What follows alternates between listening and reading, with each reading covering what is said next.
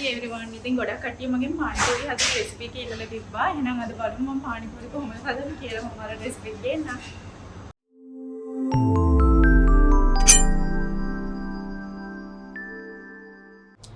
ඉතින් මම මේ මුලින්ම දාන්නේ සැමලිනා කියන්නේ රුලන් කප් එකකුයි ආටා ෆ්ලා තව කප් එකක් දාගන්නවා. ඒ දෙකම ඔයාලා සේම් ක්වොන්ටිටි එකකින් ගන්න.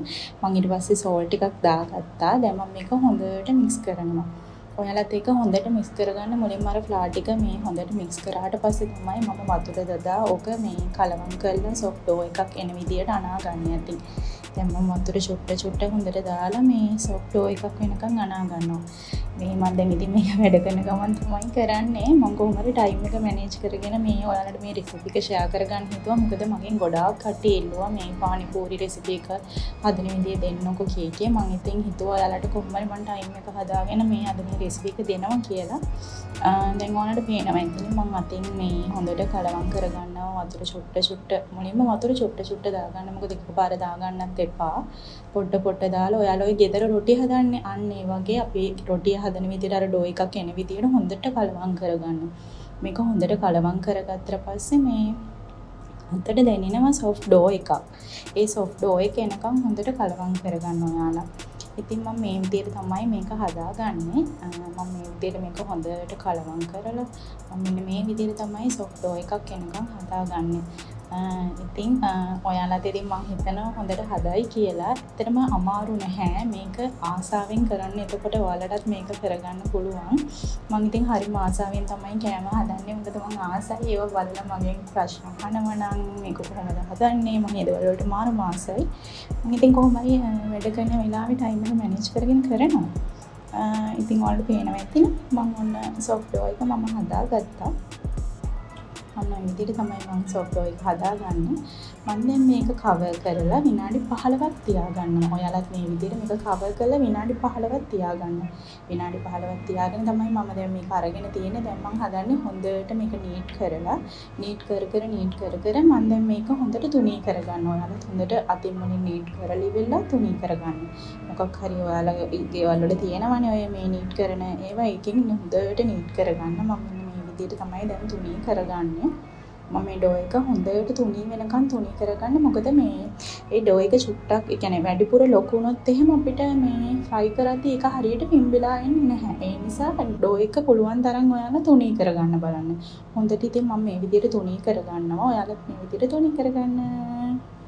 ඉතින් ගායිස් මම ඩෝ එක දැන් හොඳට තුනී කරගෙන තියෙන්නේ. අපි දැන් ඩෝ එක කපා ගමු. කපා ගත්තාට පස්සේ තමයි මම ෆ්‍රයි කරන්නේ. මම ඔයාලට පෙන්නන්නම් දැන් ඩෝ එක කපා ගන්න විදිය. ඊට පස්සේ අපි ෆ්‍රයි කරමු එහෙනම්.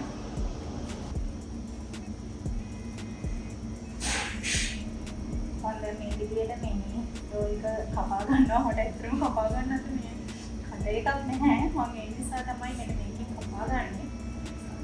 කපා ගත්තට පස්සේ මම ෆ්‍රයි කරාට පස්සේ මම ඔයාලට පෙන්නන්නම් මේක ඇත්තටම මේ හරි ලස්සනට හොඳට ලොකුවට එනවා. මේ ෆ්‍රයි කරාට පස්සේ වැදිලා එනවා. මම ඔයාලට පෙන්නන්නම් මේක කොහොමද එන්නේ කියලා. අපි කපා ගමු.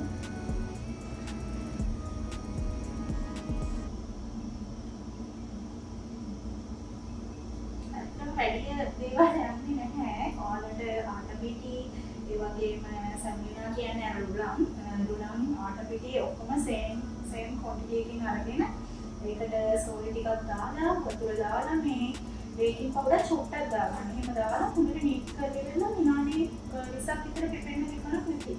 පොඩ්ඩක් හොඳට වහලා විනාඩි 20ක් විතර කියලා තමයි මේ ඩෝ එක ඊපස්සේ තුනී කරලා මෙන්න මේ විදිහට කපන්න. මම ඇත්තටම මේ වැඩ කරනකොට තමයි කරන්නේ. මේ ටයිම් එකේ මම මැනේජ් කරගෙන මොනවා හරි හදන එකක් කරනවා ඉතින්. කපාවේ ඉන්නයි තියෙන්නේ. ඊට පස්සේ කෙලින්ම මේක ෆ්‍රයි කරනවා. හොඳට ඔයාලා ඔයිල් ටිකක් මොනින්න ඔයිල් එක පොඩක් ටිකක් වෙලා හීට් වුණාට පස්සේ මේක කපා ගන්න මේ ෆ්‍රයි කරගන්න. එතෙන් ඔයිල් එක හොඳට හීට් වෙනවා.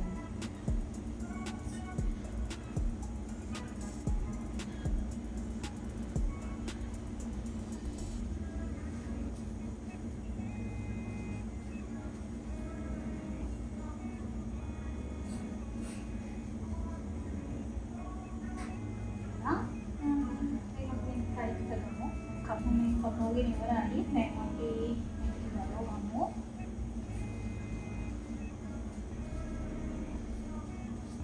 එනවනේ ලස්සනට ගැලවිලා එනවා අර ඒක ටික ඊපස්සේ අපිට අර ටික මේක කරගන්න ලීසි එක නම් මහලුකම ආවන්නේ මේ ඉතුරු වෙන මේ ඩෝ ටිකේන ඔයාලට පුළුවන් හදාගන්න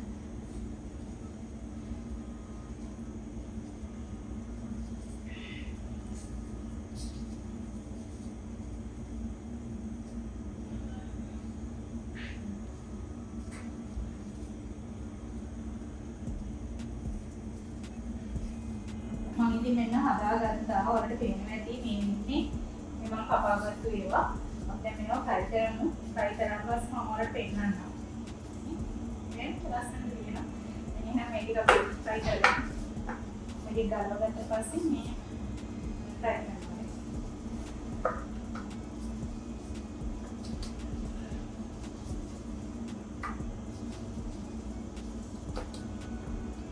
ගොඩක් කට්ටිය මට පානිපූරි එකේ මගේ රෙසිපි කියලා දීපා මම ඒකමයි දැන් මේ වෙලාව අරන් හදන්න ගත්තේ. මොකද ගොඩක් කට්ටිය මේ මගෙන් අහලා තිබා මේ රෙසිපි එක දාන්න මම වැකේෂන් ගිය වෙලාවක තමයි අපේ ගෙදර කට්ටිය මේ හදලා දුන්නේ කන්න. ඉතින් එයාලත් හරිම ආසාවෙන් රස කරගෙන කෑවා. මේ මම ඉතින් හිතුවා අද ඔයාලට තිබ්බ මේ රෙසිපි එක ෂෙයා කරගන්නවා කියලා. මේ දුවන නම් මේක try කරලා. හරි guys අපි හදාගන්නේ පානිපූරි එක මැදට දාන හිමින් එක මම අල චුට්ටක් තම්බලා ගත්තා. ඒකට මම කඩල ටිකකුත් දාගන්නවා. කඩල ටිකකුත් මම තම්බලා ගත්තා. ඒකට තව chopped onion ටිකක්, green chilli ටිකක්, ඔයාලා ස්පයිසි කන්නා කරන green chilli ටිකක් දාගන්න. tomato ටිකක් දාගන්න. මට අද නම් coriander leaves and mint leaves නැහැ. coriander leaves ටිකකුත් දැම්ම නම් හොඳයි. මට coriander leaves නැහැ. මේ ඇවිල්ලා නැහැ සප්ලයි දාන්න. salt ටිකක් දාගත්තා. pepper ටිකක් දාගත්තා. chili powder ටිකකුත් දාගන්න. coriander leaves නැතිනම් මම coriander powder සුට්ටක් දාගන්නවා. දැන් මේක හොඳට කලවම් කරගන්න ඕනේ.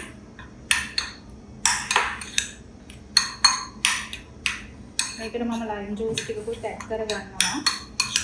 එතකොට කියන්නේ මම මේ ටේස්ට් එකට කැමති හින්දා ඔයාලට කැමති විදිහට මම නම් කියන්නේ මේක හදාගන්න පුළුවන්. මොකද එක්කෙනා ස්වීට් එකට කැමති, සමහර අය ස්පයිසි කැමති.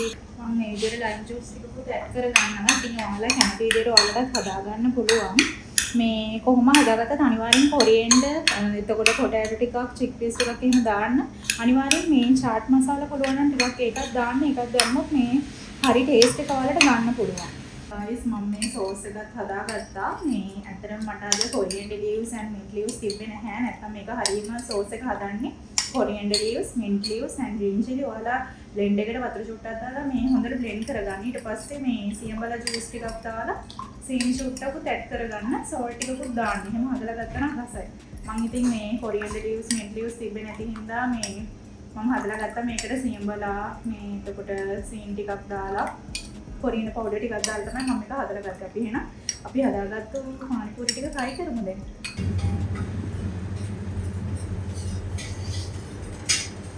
එහෙනම් තමයි අපි මේ ටික try කරනවා.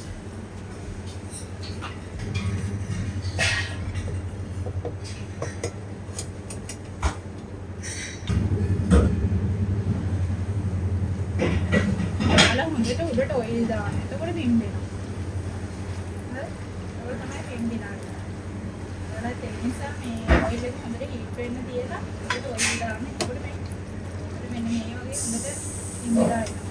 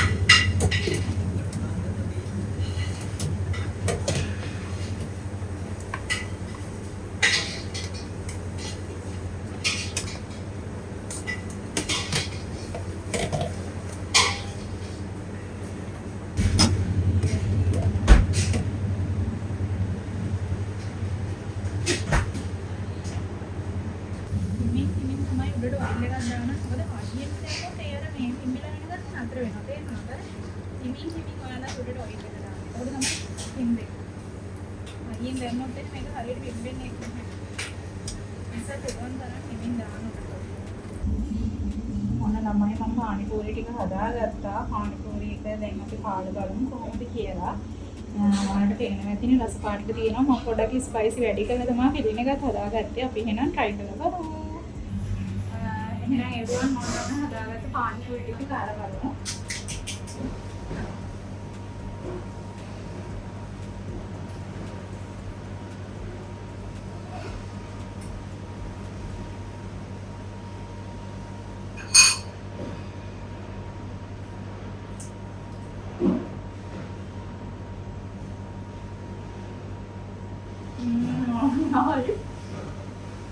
ඔයාලා try කරලා බලන්න. ඇත්තටම හරිම ලස්සනයි මේ.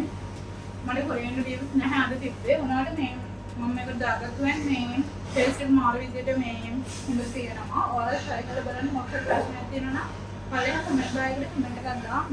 මම එහෙනම් තව රෙසිපි එකකින් එන්න. අදට ගිහින් එන්නම්. බයි.